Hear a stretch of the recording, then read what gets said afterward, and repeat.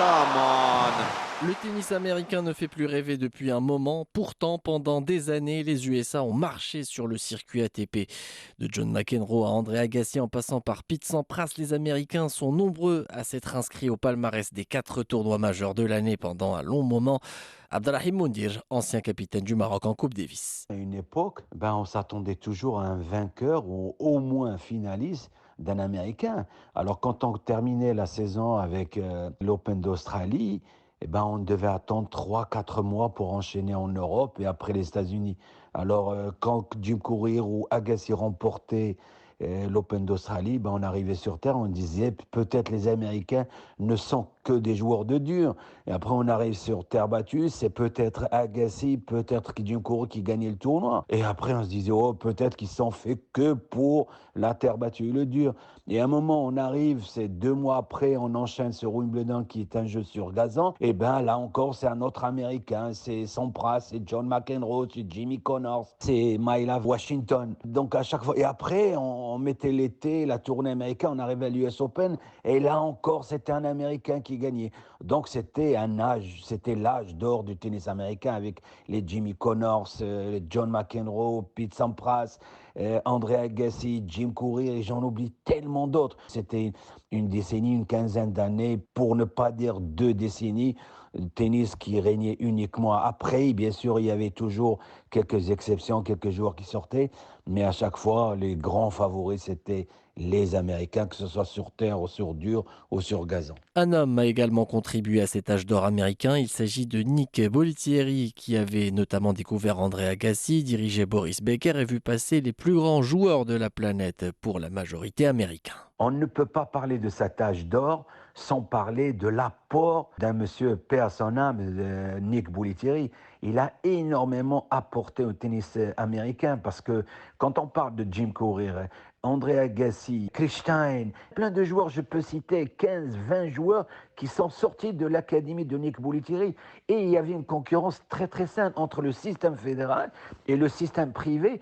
Et ça a aidé énormément au développement de cette grande génération de joueurs de tennis. Donc un grand chapeau. Aujourd'hui, bien sûr, il y a de plus en plus d'académies, mais il n'y a pas un monsieur qui est tombé au bon moment, au bon endroit, comme Nick Bollettieri, et je le répète, paix à son âme. Il a contribué énormément au développement du tennis aux États-Unis d'Amérique. Aujourd'hui, le tennis américain est en baisse de régime. La génération actuelle est loin des standards de ses aînés. Le dernier grand chelem remporté par un Américain remonte à 2003 avec une victoire d'Andy Murray à l'US Open.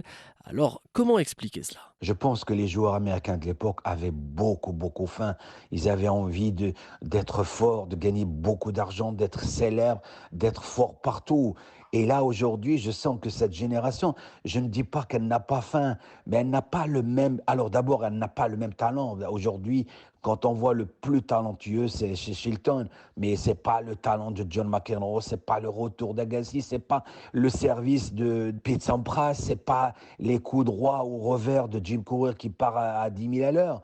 Donc, et après, derrière, bien sûr, Tyler Fritz, c'est un très bon joueur, c'est un excellent joueur, mais c'est pas un joueur d'exception tel qu'il a été McEnroe, Agassi, Connors ou j'en oublie tellement tant d'autres. Hein. C'était tellement une grande génération de grands joueurs, pas juste de bons joueurs, des joueurs d'exception. Aujourd'hui, 4 joueurs américains sont dans le top 20. Le numéro 1 s'appelle Tyler Fritz, mais il semble peu évident de voir un de ces tennisman remporter un tournoi du Grand Chelem. Des joueurs qui animent la saison sans pour autant briller. Est-ce donc réellement un problème d'investissement? La preuve de ces joueurs qui n'ont pas soif d'une grande carrière, c'est par exemple un joueur qui a le plus grand talent aujourd'hui, le grand potentiel pour devenir un très grand joueur, c'est Shilton. Il n'y a que l'année dernière où il a quitté les États-Unis d'Amérique pour jouer un tournoi à l'étranger. Pour vous dire que les joueurs, je ne sais pas, ils ne sont pas concernés à 100% ou ils ont d'autres objectifs. Mais la seule lecture qu'on peut se faire, c'est qu'un joueur comme lui ne voyage même pas pour jouer au tennis. Alors que la vie d'un joueur de tennis, c'est d'abord les voyages. Donc, Shilton, la première fois qu'il a quitté les États-Unis pour jouer au tennis, c'était l'Open d'Australie 2023. Donc, pour vous dire que les joueurs ne sont pas comme, allez, c'est un peu fort le mot, mais ils ne sont pas concernés comme l'était un John McEnroe, un Jimmy Connors, un Agassi, un Sampras, un Jim Courier et tant d'autres. Pour s'offrir une génération dorée, il ne suffit donc pas de former une multitude de joueurs. Il faut aussi exploiter les plus talentueux. Quand on veut préparer une génération, on travaille d'abord sur la masse. C'est la première des choses. Parce que plus on a de nombre, plus on a de chances de tomber sur la perle rare. Aujourd'hui, les États-Unis a plus de joueurs. Il n'y a pas si longtemps de cela, on a été dans le plus grand centre du monde, le centre l'USPTA qui est à Orlando. Ils ont, écoutez bien, ils ont 50 terrains en terre battue, 50 terrains en dur. C'est énorme. Ils ont des entraîneurs de très très haut niveau. Et les entraînements, la science est là, tout, la diététique est là. Mais ils n'arrivent pas à sortir parce qu'ils n'ont pas encore trouvé le joueur ou la joueuse. Sauf exception. Alors là, on peut discuter, on peut rentrer dans une discussion très très longue. Le tennis féminin marche beaucoup mieux que le tennis masculin. Aujourd'hui, les États-Unis, c'est la, pour ne pas dire la plus riche fédération du monde.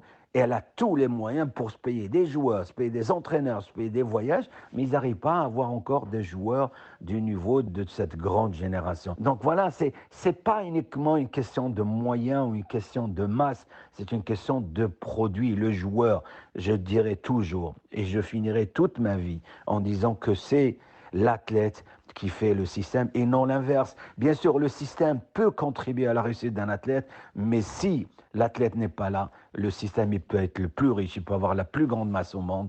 Sinon, on peut se dire que la Chine peut sortir des joueurs. Non, il faut les talents, il faut le joueur ou la joueuse qui rendra ce système très très célèbre.